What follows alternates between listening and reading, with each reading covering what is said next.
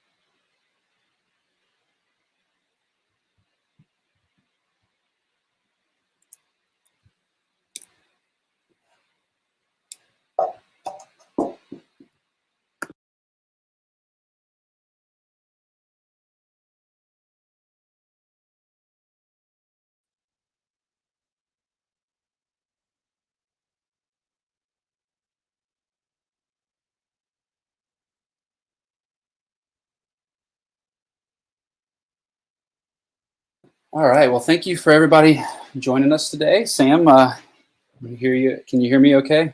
Yeah, I can hear you, Justin.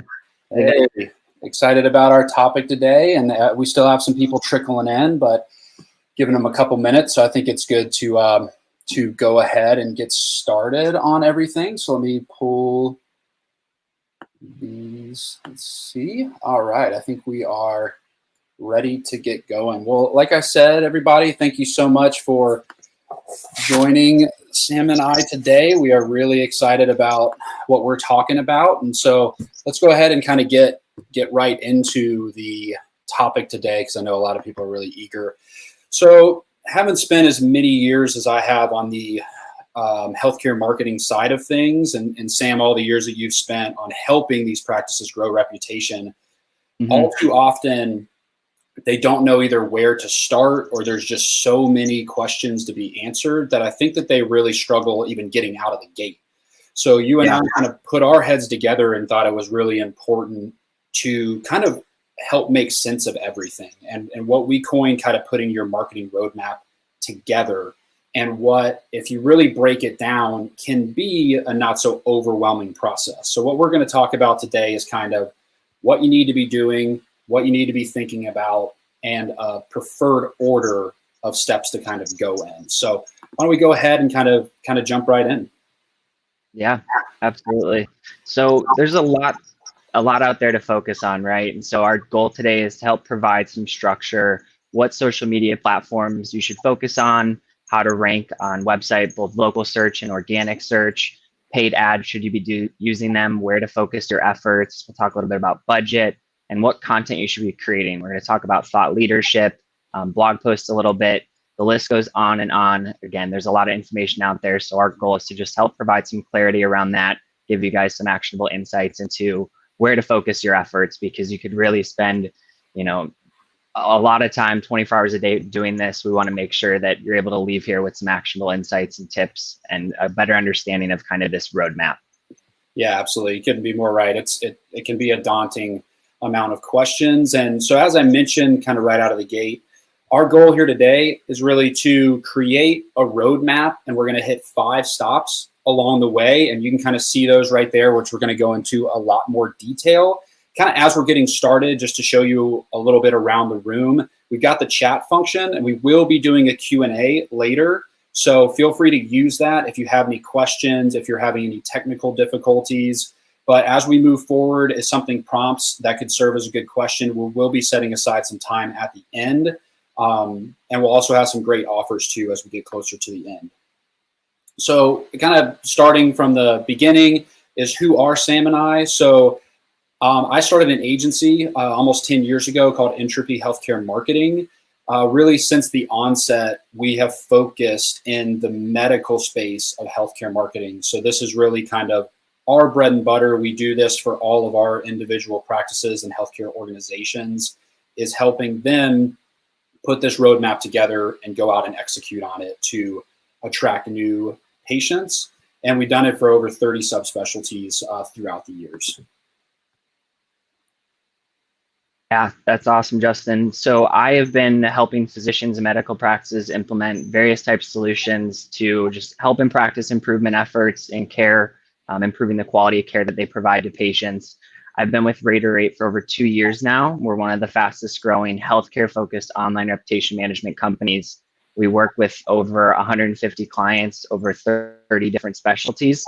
And something that we're really proud of is our Net Promoter Score, which is a score of 93. So really, we see this as a partnership, not just a software that we provide, and we want to make sure that our clients are seeing the best improvement, and also just are feeling confident, guided in the way in which we're kind of improving their reputation. So as we're getting started, kind of walk us through at a really high level kind of what the patient journey typically looks like. Absolutely, Justin. We're going to talk a lot today about brand awareness. That's really where the journey starts. We're going to spend some time on the website, but we want to make patients aware of your practice, right? We'll talk about different marketing tactics, ads. The next step is patients are typically going online to check the online reviews. And that can even be when they're referred to a physician by a friend, or find the provider on their insurance carrier's website. The next step is visiting the practice website. And then the goal here is they convert to becoming a new patient. They book an appointment. They then fall into this other side of the coin. And this is another area in which rater8 focuses on, which is practice improvement. So getting feedback from the patient, making that easy, even fun for the patient to provide their comments and feedback, improving on the experience from that feedback collected from the patient, and then continuing to generate word of mouth referrals, which we'll always see as one of the best forms of advertising.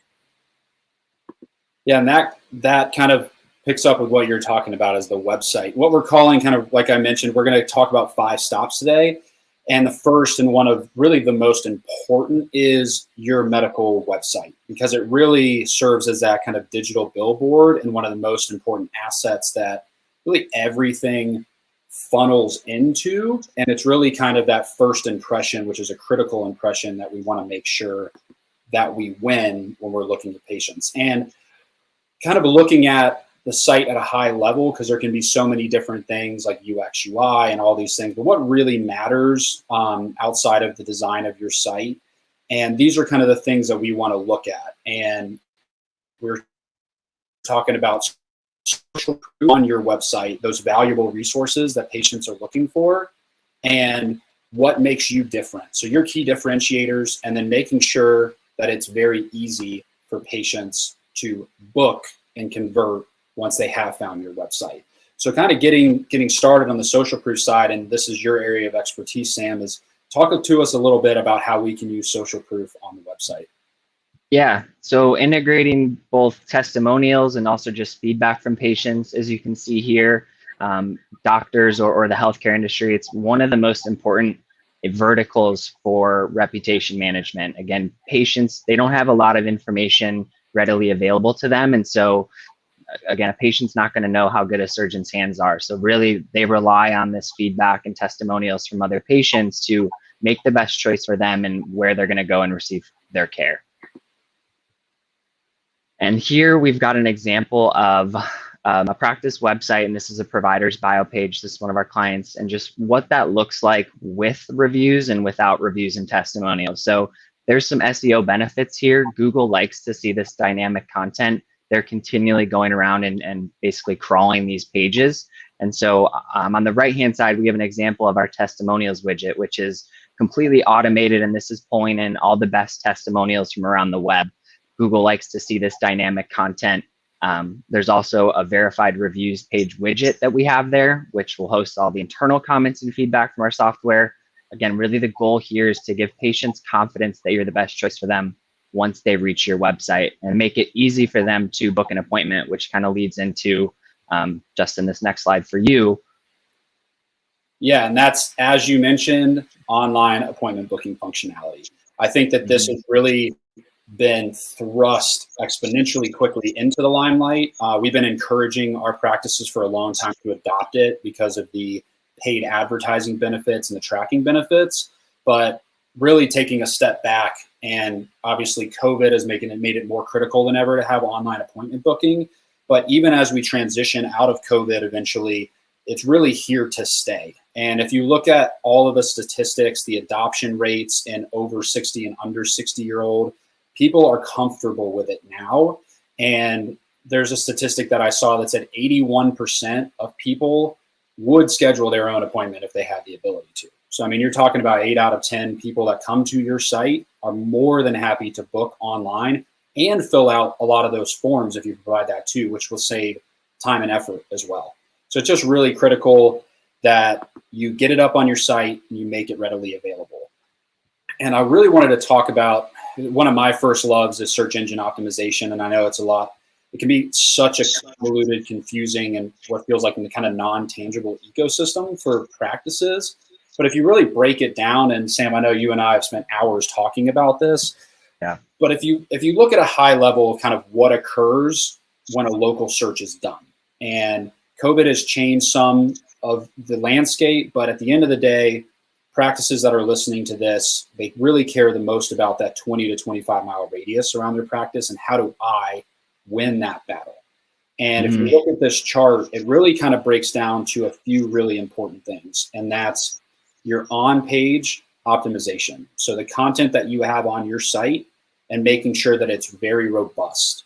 And what I have on here is called a skyscraper technique. Without getting too technical, really what it means is whatever it is that you do and you do it well, you're the best in the business at your specialty vertical as a surgeon or a non-surgical provider, is have really thorough conditions and treatment pages, and then build supportive content around that. That can be your blog, that can be videos, that can be other sub-treatment pages on that, say, spine surgery topic, and then link them back. And then, Sam, I love your thoughts kind of on these last two, because I know this really kind of goes back to the reputation side that you were talking about. Yeah, absolutely.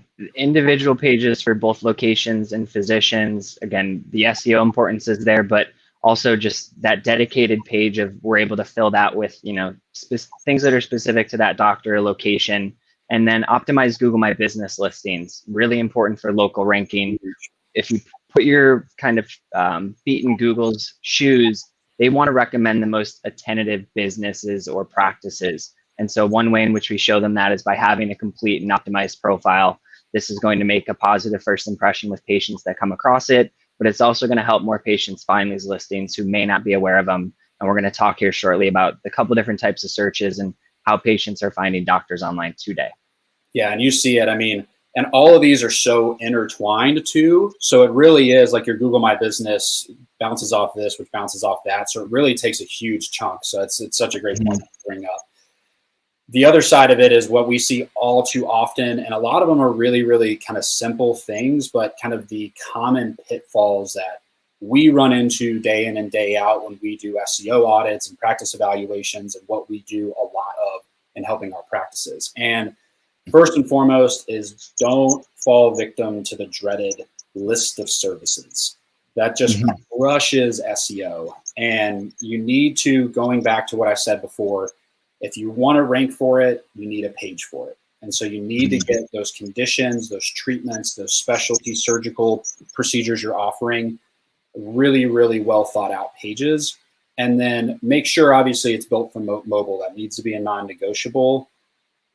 And make sure that you have easy online appointment booking. And then going back to what you said before, Sam, is those doctors and location pages are super critical for localized SEO.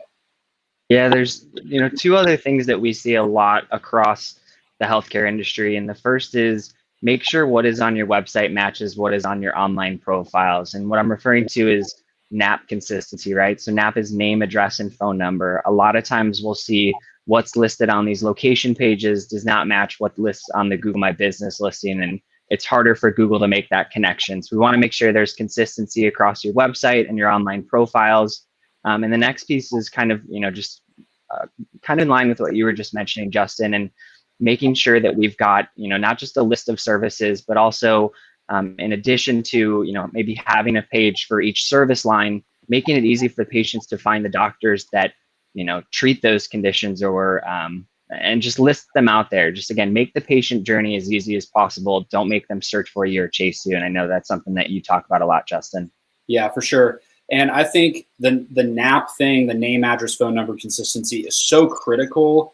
It's something that's so easy too. Is we did a podcast recently, and one of the biggest tips from somebody who deals day in and day out with physicians is Google yourself. Especially surgeons are journeymen. They do residency somewhere, fellowship somewhere, they go to practice somewhere, maybe a hospital system. So start by doing something that's so easy, is literally Google yourself. And you may be surprised at how inconsistent all of that information is. And that kind of leads us right into stop number 2, which is one of the main things that rater8 does too. So I'm really excited to kind of hear about all of your insights into reviews and reputation. Yeah. So got a little stat here, 77% of prospective patients research online reviews before booking their first appointment. And I know I mentioned this a little bit earlier, but patients don't have a lot of information at their disposal when choosing a new provider. So we want to make sure that we're taking control of our online reputation and making it as easy as possible for the happy patients to share their story online. So kind of transitioning into how doctors are collecting feedback today. There's a lot of different ways in which you can solicit or ask patients for reviews. Any kind of initiative is better than no initiative. So more of a manual process. I've seen it all. There are, doctors handing out business cards to patients, to the front desk staff, iPad kiosks to leave a review. The one thing to be cognizant of there is we don't want all the reviews coming from the same IP address. So just something to keep in mind and research before doing that. The challenge with this is, you've got to remember to ask the patient to hand out those business cards. I've also seen links on websites, and I've even talked with doctors who are sending the review links to patients while they're in the exam room with them. Again, any effort is better than no effort, but if you're looking to really streamline and improve the results, automated solutions like rater8, there's a lot of other great companies out there that focus on this. It can help you have a more effective online review build. And again, just take that burden off the staff or the doctors to be remembering you're going to see a lot better results with this, with an automated tool. Now, transition into which review sites to focus on. There's a lot of review sites out there. We've got a crown here on the Google logo because Google really is dominating today. 94% of online searches start on Google, desktop and mobile. And so when we do a Google search, your Google My Business listings are taking up more than half the page, or they're taking up all the real estate on a mobile search, and over half the searches are mobile searches today. So again, Google's a great place to start and focus on, but there are a lot of other sites and some that may be more important in your area or your specialty. So I would recommend just doing a quick search, as you mentioned, Justin, for the providers' locations, seeing what shows up on the first page, as that's going to be really what's most important. And just focus on any areas that may be a red flag to patients. Red flag would be anything that's less than a 4.0 star rating. About half of patients pulled in a recent survey said they wouldn't consider booking an appointment with a doctor with less than 4 stars. So bringing up any of those red flags on Health Grades, Vitals, Facebook is very important. And that, yeah, go ahead. I'm actually really interested to hear from you, because a lot of people forget, I think, that there's really 2 sides to a patient journey when they do a search. And so tell us a little bit kind of about what each of those looks like and the role that reviews kind of play in helping you improve visibility on both sides of those searches. Yeah, absolutely. So the first is our direct search. And this is when a patient is familiar with you, they're searching for you specifically. Again, another recent poll, over half the patients, even when referred to a physician, are going online to look up that doctor's online reviews. So the goal here is, again, giving patients confidence that you're the best choice for them. you can see that this example of the Google My Business listing on the right-hand side, taking up over half the screen. So this is why we say focusing on Google is really important. And again, we're just trying to give patients confidence here. Now there's a whole other search, right? And this could be the direct search, both a practice or a provider search. A lot of times they're searching for providers specifically, so we want to focus on building both of those listings. But potentially even a more important search for attracting new patients who may not be aware of you is a local search. Now, what we're looking at here is called the Google 3-pack. And there's a lot of different factors that go into who appears in here. First and foremost, these near me or local searches have increased by over 900% the past 2 years. So our ultimate goal for our clients is to ensure that they're appearing in this 3-pack, and not just appearing in here, but outshining the local competition. So what we see across our clients is that having a high star rating, having a large number of reviews, and having recent reviews is some of the factors in which are some of the largest factors that play into who is appearing in this 3-pack. So tackling your online reviews, we've got an example here. This is an online reviews analysis, and this looks at, for providers, their rating, the current state across Google Health Grades and Vitals. And these are the sites that we typically see appearing highest in the organic search results when searching for a provider. So a good first step is just understanding where you're currently at, looking up your doctors online. And actually, this is something that we want to help you out with. So at the end, we'll talk about, if you're interested in having rater8 put together an online reviews analysis for you and a scorecard, we'd be more than happy to do that and spend a couple minutes just reviewing this with you and kind of just giving some insight into where to best focus your efforts for online review building and improvement. So some of the common pitfalls of reputation management would be not creating separate listings for doctors. We want to make sure that even separate listings for different locations that they practice at. This is going to help patients that may be doing a local search in that area become aware of you, but it's also going to avoid patient confusion. If they've got an appointment with you at, in a certain location, but they find a listing in a completely different location, we don't want them ending up at the wrong address. Also, focusing just on location listings, but not building reviews for individual doctors. We see this a lot. And so having that review diversity, having an even build across your listings is extremely important. Google My Business listing, having them fully optimized. We talked about this a little bit, but making sure that the category is correct. That's extremely important. Making sure that the bio is there. We talked about appointment scheduling. So there's an appointment link on the Google My Business listing. We just want to make sure that we have that complete profile. Google's going to give that more weight in their algorithms. And then just, again, focusing on an even build across websites. We don't just want to focus on one platform. So again, a tool like rater8 or others, they can help you really polish across different listings and target those red flags, but make sure that you're asking patients to leave reviews on different sites and not just Google, even though we know that's really important. Yeah, I think, and to kind of a pro tip on number 3 is category is a category killer. I mean, it crushes you. And so if you're an orthopedic surgeon, there's an orthopedic surgery category, even more specifically in a lot of the subspecialties in orthopedics. And the list goes on. So make sure not only you choose your primary category, but leverage the other ones that apply. You can get up to about 5. And probably the most important from a keyword standpoint is the first sentence in your Google My Business description. And so I always tell people is you want what you do and where you do it in the first sentence. So Dr. Smith is an orthopedic surgeon in Austin, Texas. It gives 2 things to Google. It tells you them very specifically what you do and very specifically where you are. And it just reaffirms that. So keep that in mind when you're optimizing those profiles too. And that kind of takes us to the third stop on our roadmap, and that is social media and the important role that it can and should play in building an engaged community of patients, especially nowadays, now that they're just so interested in their own personal health journey. I think it's more critical than ever to be really cognizant and focused on making a concerted effort to be authentic on social. And that I kind of put together what we see when we either see great success on social or we don't see any success. And I think these points right here, while they seem simple, are going to be the most critical things to keep in mind. And that's be consistent. You've got to go back to the well because patients are it's gonna build brand loyalty. Number two, which may be the most important, and yes, it can be difficult, but it's why we encourage making content development, which we'll talk about a little bit more later, as easy and scalable as possible, but you've got to get your physicians involved.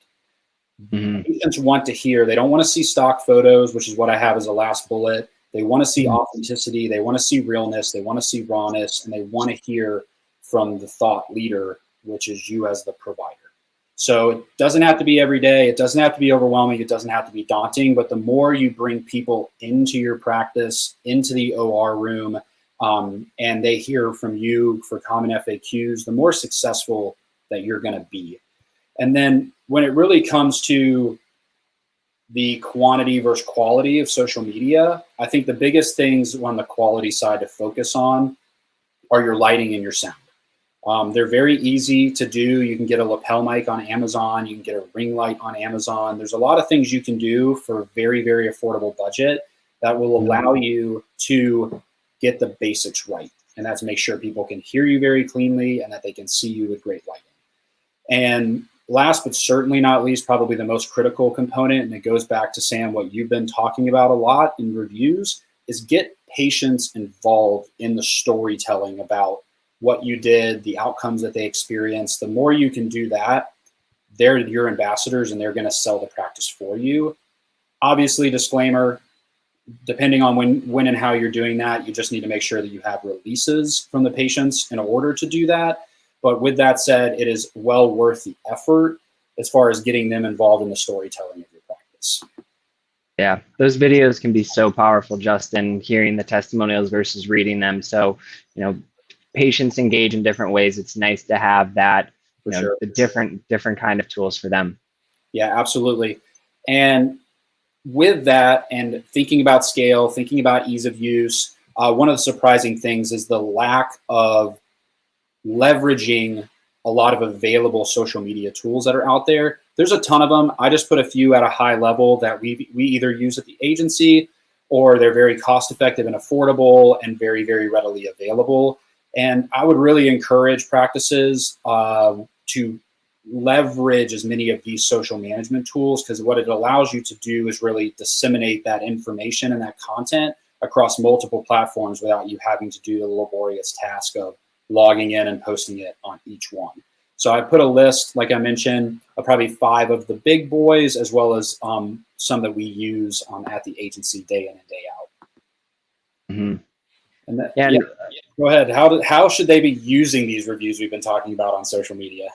Yeah, a lot of these things, they're not completely independent. So we can create this kind of cross hybrid between, example here would be leveraging your reviews on social media channels. So here's an example of one of our clients using their verified review page to promote their physicians, their doctors. I've seen this across Facebook as well. So, both with testimonials or, authentic reviews that you've collected, sharing those on your social channels can be a very valuable tool in attracting new patients. Yeah, I completely agree. And this really leads me back to my last point that I see as people do move into getting more and more engaged on social, they really struggle to ever gain really serious traction. And I think it's all too often because they're trying to be too much to too many. And while you do want to disseminate your information across the other social channels, the most successful, and it's what we tell people, is focus on one platform that aligns the best and provides the largest reach and opportunity for whatever patient base that you're serving for your practice. And that can be predicated on the type of content. If you want to do video, maybe YouTube's right for you or Instagram's right for you. Most of the channels are very omni content, so you can create video, you can create graphics, but I would recommend is build your content, build your post structures, build your posting time strategies, build all of it around one platform that makes the most sense for you and how you want to reach patients. And then obviously leverage a social media management tool to get that information out to the rest. But start with one or it becomes overwhelming very, very quickly. And that kind of leads us into the 4th stop, and it's something that can be a very confusing stop, is paid ads. and how to go about investing in paid ads the right way. And to get that started, because there's always pros and cons to really everything when you're looking at it, whether it's opportunity cost, time cost, those kind of things. When it comes to paid advertising, I think the great things about it are it's crazy easy to track it. It's probably the easiest potentially to get a clear ROI on because of all the tracking suite of tools and data that these platforms offer. And you can ramp up pretty quickly. SEO is kind of my first love, as I mentioned, and it's crazy powerful, and the ROI is crazy powerful, but it's not something that happens overnight. Like, you don't build your website and the next day you're ranking #1 for all the things that you do in your area. It's a process that you need to work at. But with paid ads, you have a little bit shorter lead time.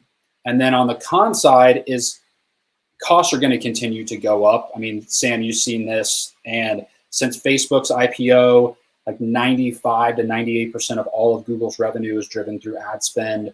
I mean, these platforms have fiduciary responsibility to increase shareholder value. And so these ads are going to continue to get more and more expensive as more people are using it, as the platforms have to continue to increase their costs. So that's always a fear. And honestly, you've got high competition, declining ad interaction. Less and less people are clicking on ads because they're more inundated. Not every specialty is the right fit for paid ads too. And we're going to talk about that in a second. And the other side is the long-term sustainability of paid ads. Like, I'm a firm believer, we do it at the agency, but I always tell people from a weighted scales, you still want to be investing in SEO as kind of your long-term play, because there's so many unknowns when you're completely tethered to lead generation as your source of patients and revenue. And you don't want to do that. You want to diversify, and you want to invest in organic search while you're doing that. Yeah, one thing I want to add there, Justin, there's a reason that we've got it as stop number 4. I think focusing on, and you know better than I, but the keywords have gotten a lot more competitive, especially over the last couple months. I know that they're up, maybe sometimes 40% depending on the specialty and the words that you are. Yeah, so just we want to make sure that your website is in order, your online reviews are in order before we get to ads. It's going to make all of your other brand awareness efforts that much more successful, because we know that they're still going to, look at your online profiles and visit your website once they find that ad. So just kind of that. Yeah, I couldn't agree more. And there's several steps that you need to go through. That's kind of for another webinar, but we will brush on it. What, to your point, is your website needs to be ready, your reputation needs to be ready. And then what I have on this slide, you need to think through. And I think all too often people just jump into ads, and that's how you can end up with a bad taste in your mouth as a result of blowing through ad spend, and you don't know what happened to it. You get on the other side and you're like, well, that was ineffective. And it's because they haven't done what you talked about, as well as this is important for several different things. But a lot of people ask us, like, what ads platform should we be using? And first and foremost, to answer that question, you need to reverse engineer it. Is who is your patient really? And it sounds stupid. Every provider could list, well, these are the typical people we see. But taking that information and understanding what we're advertising, where are they in the journey? Are they problem aware but not solution aware? Or are they aware of a solution and you just need to get it in front of them? Do they need more education? What type of content am I going to be doing? Video? Am I going to be doing driving them to a landing page? Like, what are my goals? A lot of these things you need to sit down and figure out first, because that information is going to lead you to the end result of what platforms are going to make you the most successful. So I always say is start by figuring out who, what, why answers. And to your point, Sam, make sure that your ducks are in a row from your reputation and your website. And I'm not going to go through this whole list. There's 20 different advertising platforms. These are by far the 4 most common that we interface and leverage with as far as our clients are concerned. So I thought they were the ones that warrant the most conversation. They all have pros and cons, and I listed a lot of them. The biggest difference on the social side really between Facebook and Instagram is going to be the age. If you're serving an older than 30 audience, Facebook can tend to be a little bit more effective, and then Instagram if you're 30 and under. But all of these have high high effectiveness depending on the types of things that you're advertising. If your patient happens to be problem aware and they're searching online, then maybe Google Ads are right for you. Maybe they're not, and maybe you need to do a push method and put stuff in front of them, and social and YouTube could be right for them. And then I came up with a couple ideas from a high level of things we've done over the years or are seen very effective that clients have done. And those are direct response, webinars, downloadables. I've got one on here that's a women's health focused facility that we did a menopause focused quiz. And it was a really, really easy lead capture, low level trips and triggers, and then we nurtured them to a resounding success. So there's a lot of different ways that you can leverage paid ads to reach a whole lot of people. And really to wrap it up, a few tips that I have on the ad side is make sure that you nurture what I just mentioned. Is you're paying for ads, put them into a nurture sequence, because you're not going to convert 10 out of 10 people that end up converting for an ad. And make sure that you're leaning on data. Don't guess. And go slow. I think a lot of people run out of the gate, build it and they will come, launch ads, and 2 days later they're not working to what they imagined that they'd work, so they just shut it all down. And so you really need to go in as a long-term plan and be patient in your advertising process. And the last stop on the train, Sam, is developing thought leadership. And I'm excited about talking this because it kind of wraps up a lot of the things that we've been talking about today. And I think more than ever, patients are crazy hungry to learn from their thought leaders, which are their providers and their specialty surgeons. Wouldn't you agree, Sam? Yeah, and I think it ties perfectly back into the ad section we just talked about. We really want to be providing as much value through those ads. So whether that's in written content, and that can go, directly into thought leadership, just positioning yourself as the expert because you are, and giving patients, helping patients understand that. For sure. And I could not agree more, because I think that now more than ever is, and I think a lot of physicians want to leave a legacy. They want to develop their own footprint, whether you're in a hospital ecosystem, you're in a private practice, or maybe you're a partner, one of many. Now more than ever, with what's sitting in your pocket and your cell phone, you can develop tons of video thought leadership information that can be really, really engaging with patients, and not only engage existing patients by providing them valuable information, but attract a lot of new ones. This screenshot that I actually have on the right, I won't mention their name. It's not a client of ours, to preface it, but I'm very familiar with them. He does more balloon sinus dilations than anyone in the United States, and really has built that ecosystem purely based on thought leadership, by providing video assets and answering common FAQs. And really, so when patients land on his site, they're like, this is the guy that I need to seek out for my sinus issues. And that just shows you how powerful thought leadership can be. And if you're struggling, getting started can be difficult. If you're struggling to come up with ideas as it relates to content, I think you'd be really surprised if you sat down and took 30 minutes in a quiet room and just thought about all of the questions that patients ask you day in and day out. Two great things: you'll come up with probably 6 months of content. And the other thing is, that they care about it because they asked you about it. So it's two really simple things. And I'd love to hear kind of your thoughts on that as well, Sam. Yeah, I think it's a great idea, right? Just the questions that you're getting asked most frequently, that patient is not the only patient who has that question. So it can really help get you off on the right start of, what content to be creating, and, making sure that it's valuable to your patients. Yeah, absolutely. And you can always peruse the WebMDs of the world too, and see what things people are really searching for and what comes up in auto suggest. And again, that's verifiable proof that patients care about these things and they want to know answers about it. And who better than you as the specialty provider to provide that information to your inpatients and build that trust score with them.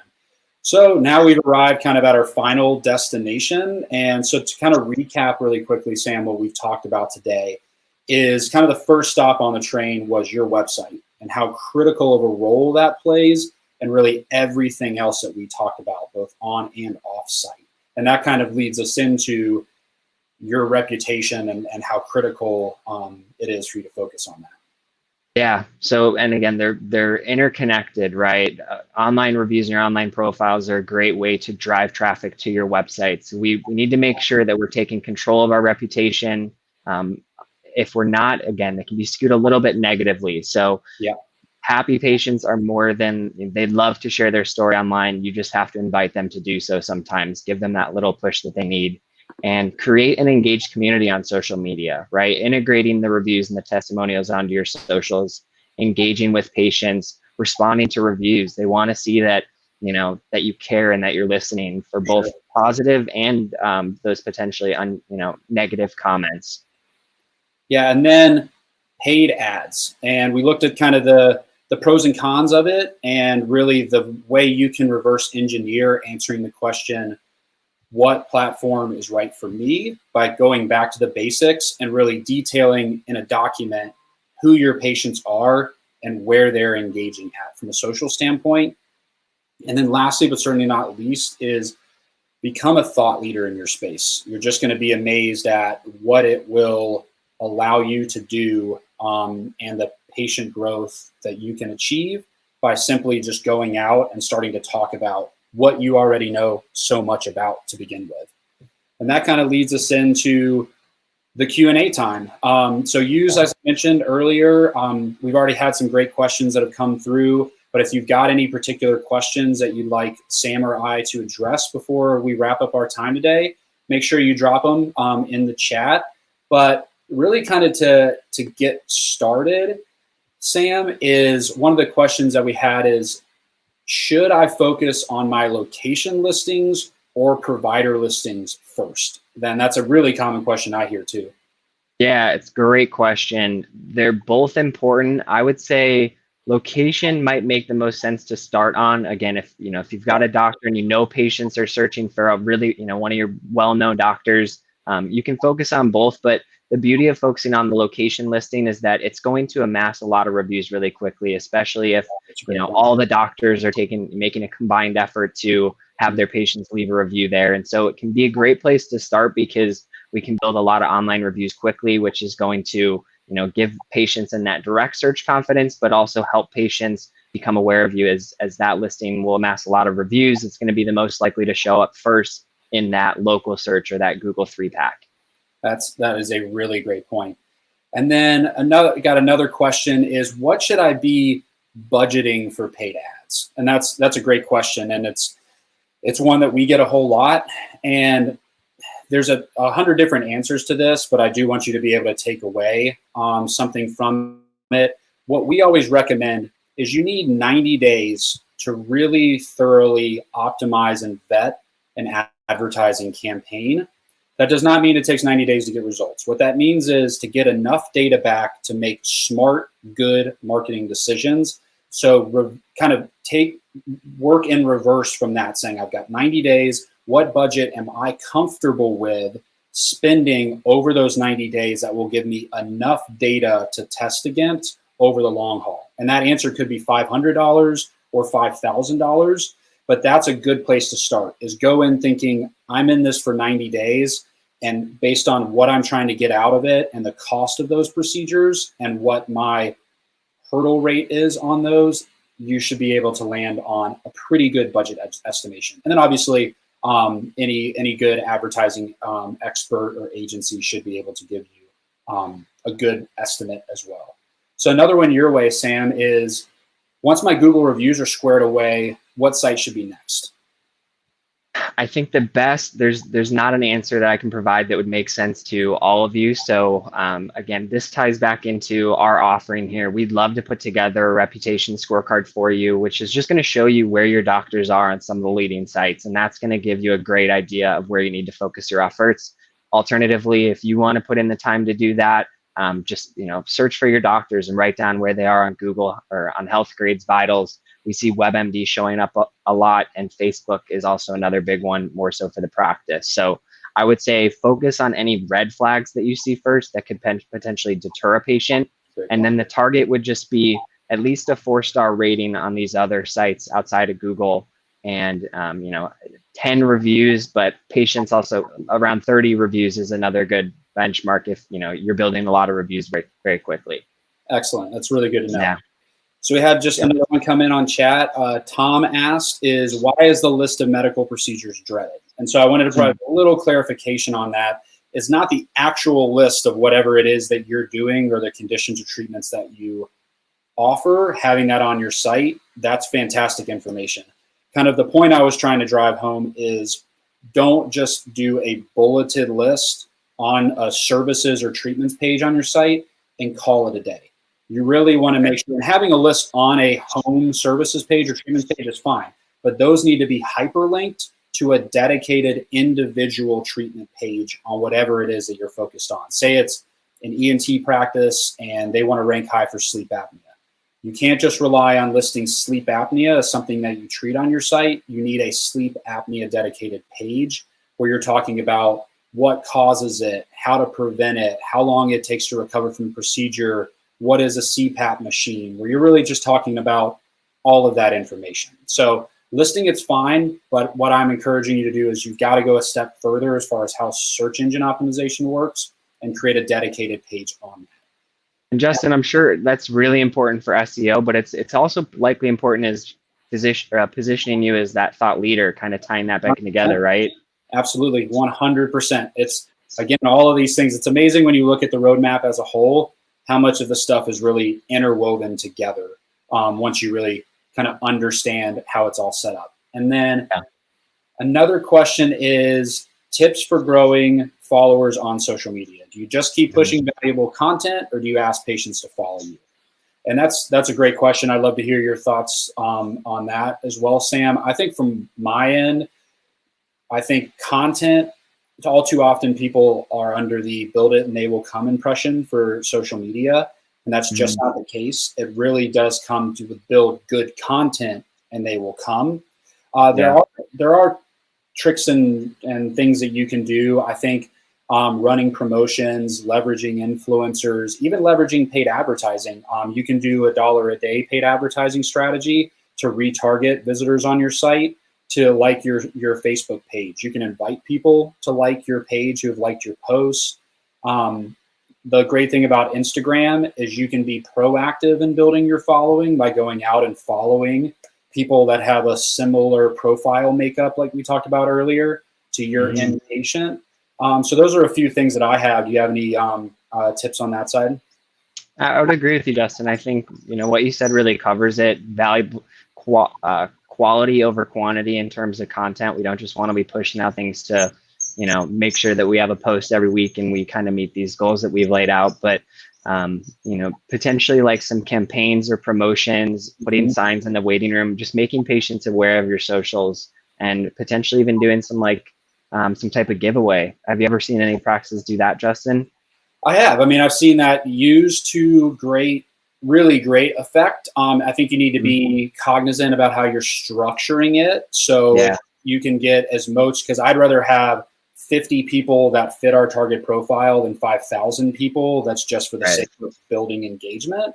So really think through kind of what you want out of it when you're building a promotion. I've seen that used to a great effect. I think the other side is, to Amanda's question, do you just keep pushing valuable content?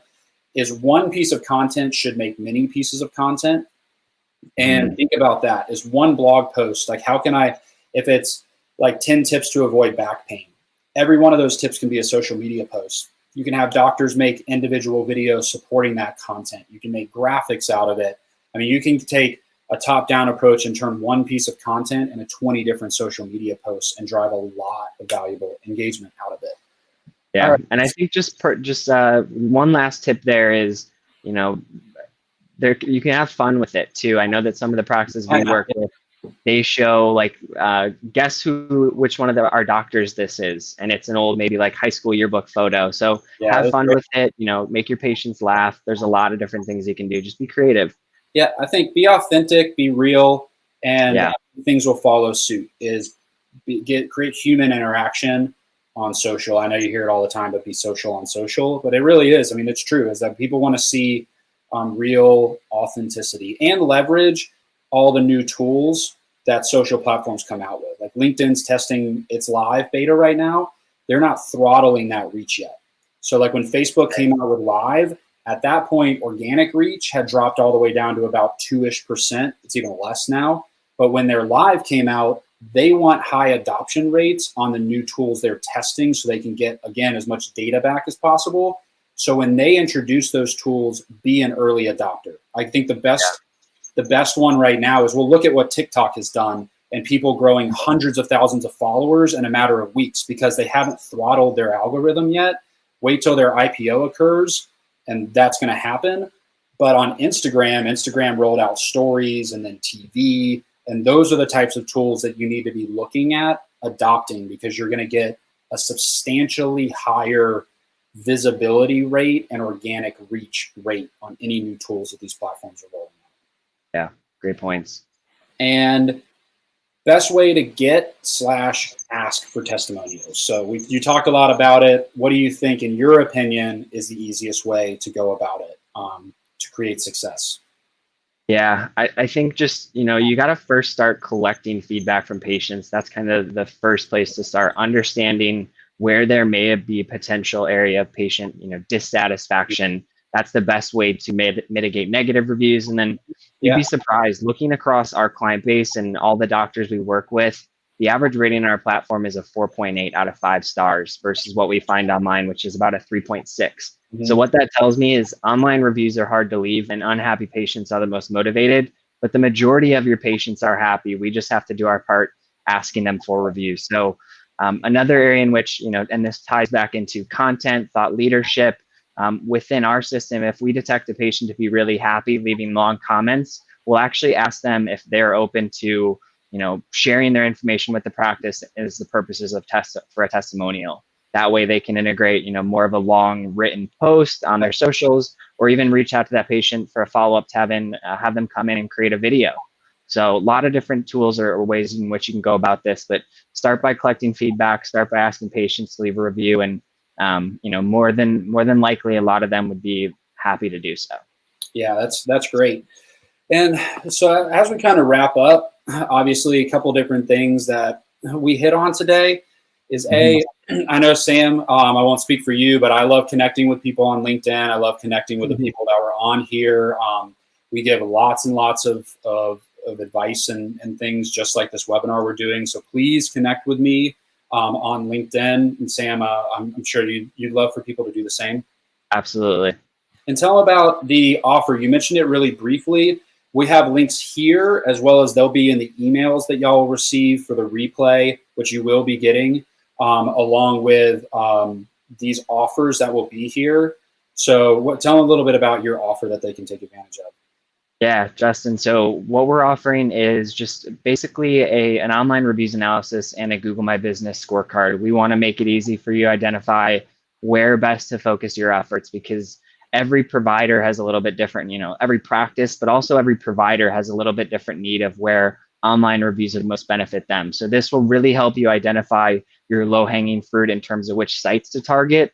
And then in terms of the Google My Business scorecard, what this does is it's really an exception list, kind of, what areas of the listing need to be cleaned up to ensure that they are, helping you make a positive first impression, but also helping your listings appear in that local search. So 2 scorecards or analyses, and we'll make it easy on you. We'll do all the work in putting that together, share that with you, so you don't have to go searching for each individual doctor. And I know, Justin, you guys have a great offering as well. Would you mind sharing a little bit about that? Yeah, absolutely. So ours is pretty simple. I mean, we'd love to get connected and learn more about your practice. And we do that through a completely free, what we call practice accelerator session. And what that involves is pretty much you send us your information when you fill out the form. We take that and we do kind of a high level audit. We look at where you're at. We look at where your competitor's at. And then we meet and we spend 25 minutes really just trying to give as much valuable information as we can on what we would do if we were in your shoes and where the opportunities of growth are for you, as well as we'll give you kind of a sneak peek under the hood of what keywords are driving the most traffic to your competitor sites, as well as what pages on their sites are getting the most patient traffic, because that can be really valuable information to kind of reverse engineer an SEO strategy. So yeah, we'll, again, like I said, we'll have both of those links to the rater8 team's scorecard as well as to our accelerator session. And as we wrap up, I wanted to thank you, Sam, for taking time out of your busy schedule to share this incredibly valuable expertise that you have. No, Justin, thank you. It's, a pleasure to do this with you. I know that, your company and you and Kelly, you really pick up where we leave off and vice versa. So I think we're a great team, and great to hear your kind of, for you to lend your expertise and share some of the knowledge that you've been accumulating over these years, working with practices and doctors. Well, thank everybody that's still on the webinar for attending. And as we're ending, in the next 2 hours or so, you'll receive the initial replay. And please get in touch with Samurai if you have any questions. We look forward to networking, connecting. Yeah, thanks everyone for your time. Really appreciate it, and hope to work with you, talk with you, just provide some guidance, even if it's not, a formal partnership. But Justin, thanks again. Thank you, Sam. Yeah.